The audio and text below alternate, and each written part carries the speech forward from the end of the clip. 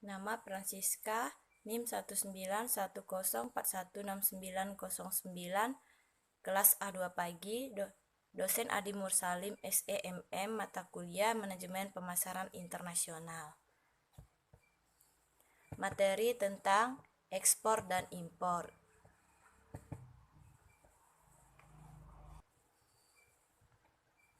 Yang pertama, ekspor.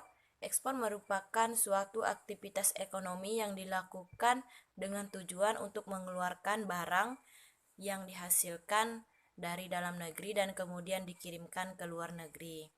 Umumnya, kegiatan ini dilakukan apabila sebuah negara memproduksi barang dengan jumlah yang sangat besar. Nah, ketika itu terjadi, suatu negara akan mengirimkan barang yang diproduksi ke luar negeri apabila kebutuhan dalam negeri sudah terpenuhi. Ada juga yang mengatakan bahwa ekspor adalah kegiatan mengeluarkan barang dari wilayah pabean. Apa pabean? Apa sebenarnya wilayah pabean ini? Wilayah pabean adalah wilayah Republik Indonesia yang terdiri dari wilayah daratan, perairan, dan wilayah udara, serta mencakup lokasi tertentu di dalam zona ekonomi eksklusif dan juga landas kontinen. Jika ingin melakukan kegiatan ekspor dalam skala besar, maka pengiriman harus didukung oleh bea cukai di negara penerimaan dan juga pengiriman.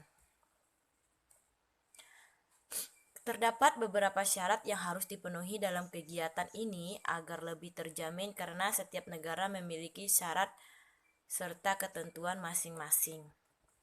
Yang kedua, import.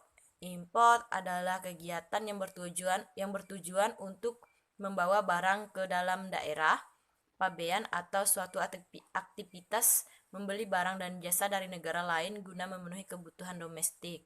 Sebagai contoh misalnya Indonesia yang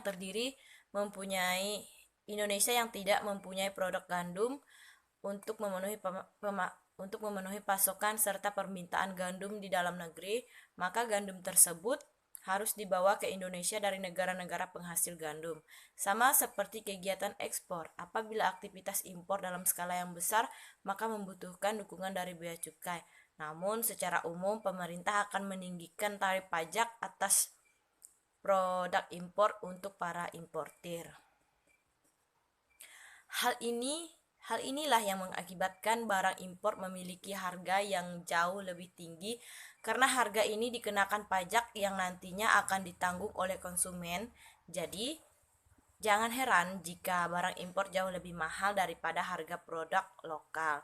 Tujuan dari ekspor dan impor yaitu yang pertama tujuan ekspor.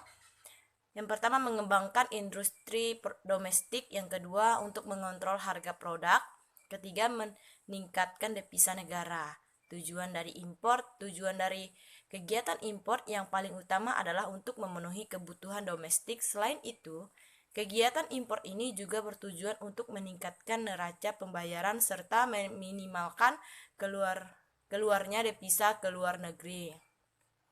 Sedangkan manfaat dari kegiatan impor itu yaitu bahwa suatu negara dapat memperoleh bahan baku, barang serta jasa untuk suatu produk yang jumlahnya terbatas di negara tersebut atau yang tidak dapat diproduksi di dalam negeri.